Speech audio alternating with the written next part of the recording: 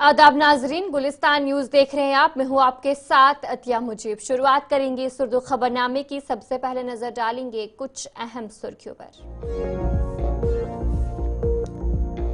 वज़ीर खजाना निर्मला सीतारमण ने किया बजट पेश। बजट में नौजवान, किसान और ख्वातीन और गरीबों पर खसूसी तवज्जो दी गई। 12 लाख तक कोई टैक्स नहीं, वज़ीर खजाना का बयान।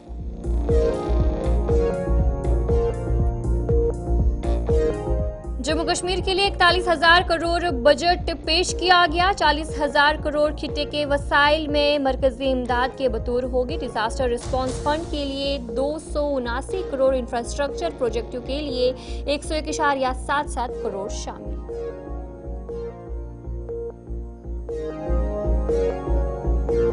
जम्मू कश्मीर के लिए बड़ा बजट जरूरी। मरकजी हुकूमत से जम्मू कश्मीर पर खास तवज्जो देने की उम्मीद, नायब वज़ीर आला का।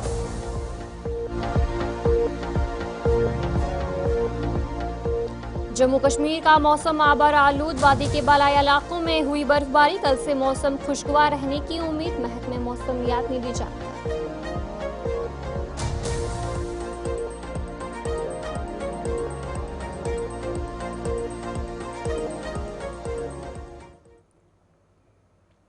तो चलिए थी कुछ अहम सुर्खियां। अब दीगर खबरों की तरफ भी रुख करेंगे। आज मरकजी वजीर खजाना निर्मला सीतारमण ने मरकजी बजट पेश किया। बजट तकरीर पेश करते हुए वजीर खजाना निर्मला सीतारमण ने ऐलान किया कि इनकम टैक्स के नए निज़ाम में बड़ी तब्दीली की गई है और अब सालाना 12 लाख रुपए तक की आमदनी पर कोई इनकम टैक्स नहीं लिया जाएगा। इससे कबल 7 लाख रुपए की आमदनी पर कोई टैक्स नहीं लिया जाता था। अब 24 लाख रुपए की आमदनी पर 30% टैक्स लगेगा, जबकि 75,000 रुपए तक स्टैंडर्ड डिडक्शन की छूट मिलेगी। इसके अलावा 15 से 20 लाख रुपए की आमदनी पर 20% टैक्स और 8 से 12 लाख रुपए की आमदनी पर 10% टैक्स लिया जाएगा। Happy to announce that there will be no income tax payable up to income of 12 lakh rupees.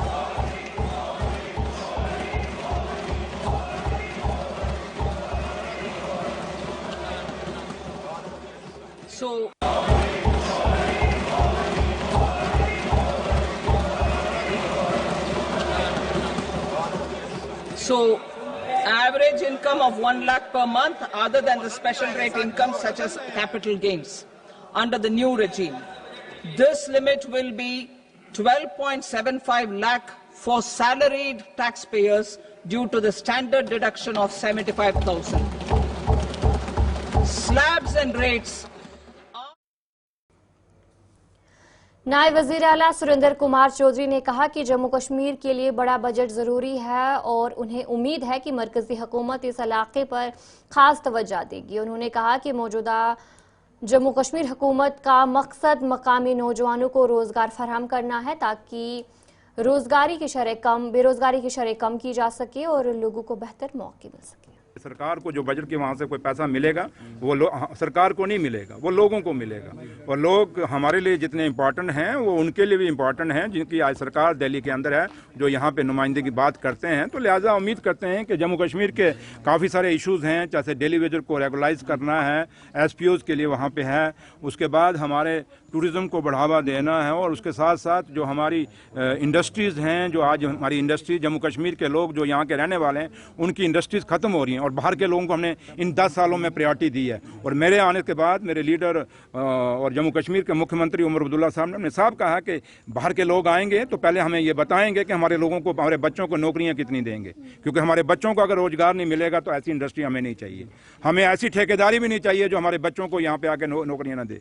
तो इसलिए हम साफ हैं, ये नहीं कि जो हिंदुस्तान हम सब का है, लेकिन इसका मतलब नहीं कि बाहर के लोग यहाँ पे आएंगे हमारी नौकरी में ले जाएंगे, ज़मीनें भी ले जाएंगे, हमारे टूरिस्ट प्लेसेस की ज़मीनें भी खरीद के चले जाएंगे, हम जाने देंगे नहीं जाने देंगे। लिहाजा और लेकिन एक बात जरूर कहूँगा कि आज खास करके जम्मू के लिए एक बहुत बड़ी जम्मू को सोचना पड़ेगा कि जम्मू ने क्या करना है, क्योंकि जम्मू का आज इंडस्ट्री खत्म हो रही है, आज जम्मू का दुकानें खत्म हो रही हैं, क्योंकि ट्रेन आने के बाद जब ये कश्मीर में सीधी जाएगी तो जम्मू में व्यापार खत्म हो जाएगा।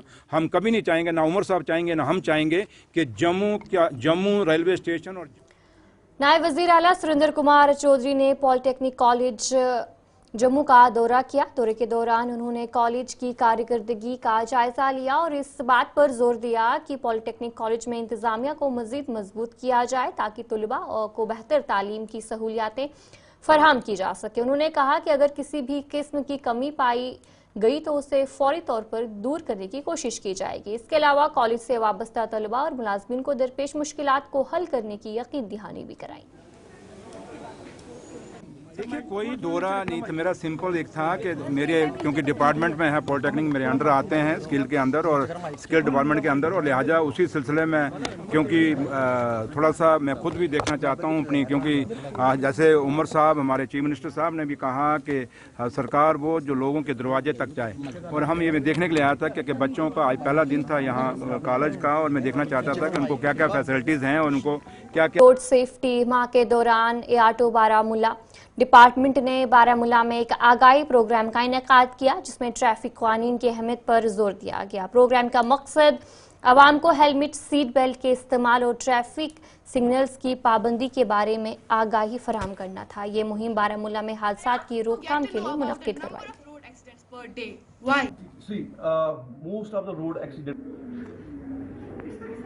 फैसला किया है कि हम और एक हफ्ता वो प्रोग्राम जो हमें रह गए वो हम, क्योंकि हमने बहुत स्कूल्स में ऑलरेडी उनके साथ टैप करके वो रखे हैं in collaboration with different schools and colleges, तो इसलिए हमने और एक हफ्ता रखा कि हम इस हफ्ते भी ये ट्रैफिक रूल्स और रोड सेफ्टी नॉर्म्स रिगार्डिंग जो एक्टिविटीज़ हमारी रहेगी वो हम इन स्कूल्स में और डिफरेंट कॉलेज में इस हफ्ते भी करते रहेंगे। उसी सिलसिले में आज हमारा पहला प्रोग्राम यहाँ पे गवर्नमेंट डिग्री कॉलेज सोपोर में हुआ। ब्लॉक ऑफिस तराल में काम करने वाले जीआरएस मुलाजमीन ने मुताल्लिका बीडीओ के खिलाफ शदीद एहतजाजी मुजाहिरा किया। मुलाजमीन का कहना था कि बीडीओ उनके साथ बुरा सलूक करते हैं और अक्सर उन्हें टॉर्चर करते हैं। उनका मुतालबा था कि बीडीओ को तब्दील किया जाए या उन्हें किसी दूर दराज इलाके में मुंतकिल किया जाए। बीडीओ तराल ने इन इल्जामात को मुस्तरद करते हुए कहा कि वो दफ्तर में किसी भी मुलाजिम की सुस्ती नहीं बर्दाश्त करेंगे। गुंडागर्दी नहीं चलेगी। भी हमें ये कहा जाता है आप नालायक हो, आप नाबकार हो, आप रिश्वतखोर हो, आपको जो 500 देगा आप उसका काम करोगे, आपको जो चाय का एक कप देगा आप उसका काम करोगे। हम भिखारी नहीं हैं, पीजी करके यहाँ आए हैं, हमें एक प्रोसेस के तहत रिक्रूट किया गया है, चोरी के दरवाजे से नहीं आए। ये कुछ लोगों को कहता है आपको एनसी ने लाया है, कुछ लोगों को कहता है आप नाबकार हो, आप नालायक हो, आपसे काम नहीं हो रहा है। तो इसके बावजूद इससे हमारा क्या होता है, मेंटल स्ट्रेस बढ़ जाता है। अब हम सब सह रहे थे पिछले 1 साल से, क्योंकि त्राल की कौम एक महज़िब कौम मानी जाती है। आप इनका जो सर्विस रिकॉर्ड चेक कीजिए, इन्होंने कहीं किसी ब्लॉक में 1 साल नहीं दिया है। हमारी अपील यह है कि त्राल में या तो ब्लॉक डेवलपमेंट ऑफिसर त्राल काम करेगा। हमारी डिस्ट्रिक्ट एडमिनिस्ट्रेशन से गुजारिश है कि अगर आपको लगता है कि ब्लॉक डेवलपमेंट ऑफिसर त्राल एक ईमानदार आदमी है, वहां से काम अच्छा कर रहा है, आप उन्हें यहाँ रखिए। शादी मरग का ब्लॉक दीजिए, हमें कोई दूर दराज, हम 10,000 पे काम कर रहे हैं लेकिन हम शादी मरग जाने के लिए तैयार हैं। इसका बिहेवियर हमारे साथ बिल्कुल ठीक नहीं है। हम या तो ये रहेंगे या तो हम रहेंगे, बस इन शॉर्ट। वही हाँ, उसके सामने इसने कहा चलो कोई बात नहीं, मगर कल हमारे साथ वही प्रॉब्लम फिर से हो जाएगी, उससे ज्यादा टॉर्चर हो जाएगा। एक्चुअली जब हम अंदर जाते हैं ये हमारे साथ वो एब्यूज लैंग्वेज यूज करता है। एक दिन मैंने दुपट्टा सीधे रखा, मुझे बोला कराकुली दे दो, कराकुली रखो, दुपट्टा क्यों सीधे रखना है। मतलब ये तो कोई एजुकेटेड इंसान ये बर्दाश्त नहीं कर पाएगा। वैसे भी हम भी नहीं ये बर्दाश्त करेंगे, या तो ये रहेंगे या तो हम रहेंगे। पहली चीज़ तो जैसे आपने खुद बोला एलिगेशंस हैं, तो यहाँ पर और भी मुलाजमीन हैं, सिर्फ जीआरएस नहीं, जो मेरे यहाँ पर अपने मुलाजमीन जो इधर बैठे रहते हैं एस्टेब्लिशमेंट के बाकी हैं, तो वो सब इस चीज़ से वो भी आगाह है कि ये जो ये प्रोटेस्ट वगैरह कर रहे हैं ये किस ज़िमन में कर रहे हैं और इसमें क्या वजूहात है, किस वजह से ये प्रोटेस्ट पे आए हैं। तो आप किसी के कहने से ये बात नहीं हो जाती कि किसी ने ऐसा बोला या ऐसा बोला। तो मेरे जो अपने यहाँ पर मुलाजमीन हैं यहाँ पर बैठे हैं, चाहे मेरे एस्टेब्लिशमेंट में से। पटन के पलहालन NTPHC में एक्सरे मशीन कई सालों से खराब पड़ी हुई है, जिसकी वजह से मरीजों को शदीद मुश्किलात का सामना करना पड़ रहा है। मरीजों का कहना है कि एक्सरे मशीन नस्ब की गई थी, मगर कुछ ही अरसे बाद इसे लॉक कर दिया गया। इस हवाले से BMO पटन ने बताया कि उनके पास कोई भी एहलकार नहीं है जो इस मशीन को चला सके।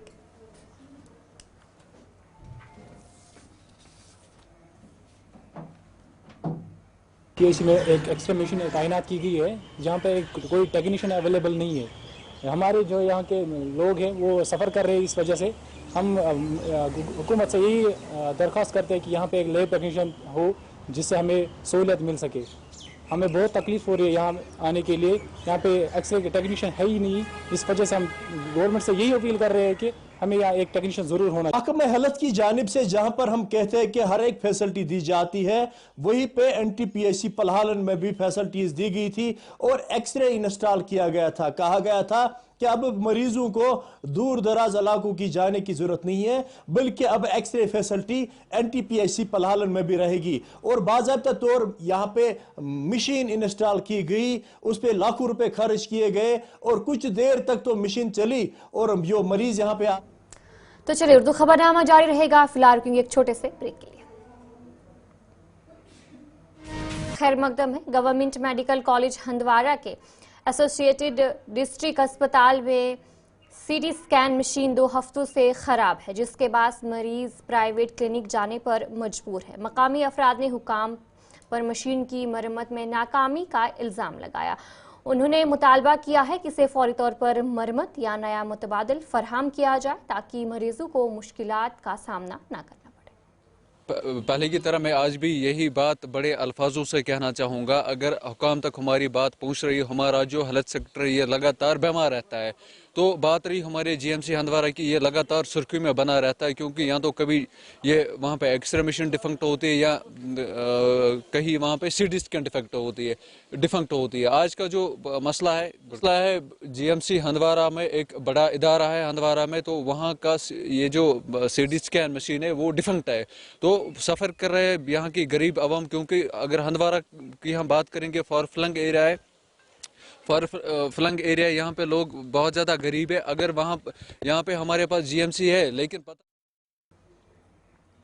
सुरनकोट के फजलाबाद के गांव बेर की आवाम पिछले 20 साल से सड़क की तामीर के हवाले से जदोजहद कर रही है। मकामी अफराद एहतजाज के लिए सुरनकोट आज पहुंचे, जहां उन्होंने SDM सुरनकोट और एग्जीक्यूटिव इंजीनियर PWD से मुलाकात की। इस मौके पर हुकाम ने यकीन दहानी कराई कि 6 फरवरी को वो इस इलाके का दौरा करेंगे और मसले का हल तलाश करने की कोशिश करेंगे। मकामी अफराद का कहना है कि 6 साल कबल गाँव वालों ने अपने वसाइल से तकरीबन 3 किलोमीटर सड़क की तामीर की थी। वफद आया था आज यहाँ प्रोटेस्ट के खातिर। हमारा मसला ये है सर कि हमारी एक हिस्टोरिकल रोड है बतेर टू बैर रोड, ये आज की नहीं, ये प्रोजेक्ट जो शुरुआत हुआ था इसका 2003 में हुआ था। ये तब से सियासत का शिकार रही रोड, तो आज तक लड़खड़ाते हुए ये पहुंची थी कहीं नज़दीक टांगरी तक। उसके बाद जो है ये बंद हो चुकी थी 2009 में।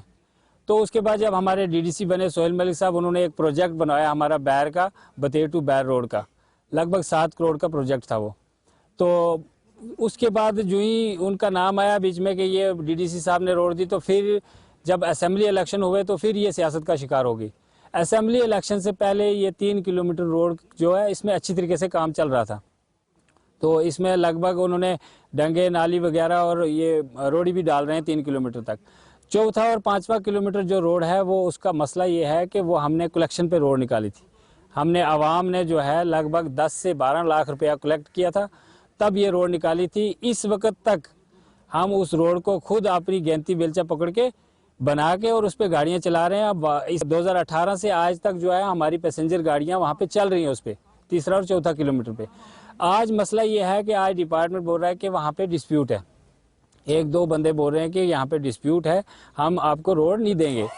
अब मसला ये है कि वहाँ पे डिस्प्यूट का मसला ये है कि वहाँ पे उसकी ग्रेडिंग ज़्यादा थी, थोड़ी चढ़ाई थी। पहले जो हमने रोड कटिंग की थी बगैर किसी इंजीनियर के अपने हिसाब से, उसमें चढ़ाई ज़्यादा होगी।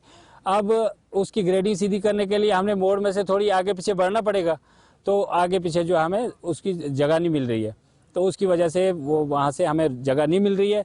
तो हम एडमिनिस्ट्रेशन से ये गुजारिश करते हैं कि हमने अगर अपने पैसे पे वो कलेक्शन करके निकाले, आज तक हम उसी पे चल रहे। तो चलिए इस उर्दू खबरनामे में इतना ही। अभी के लिए मुझे दीजिए इजाजत और आप बने रहिए गुलिस्तान न्यूज़ के साथ।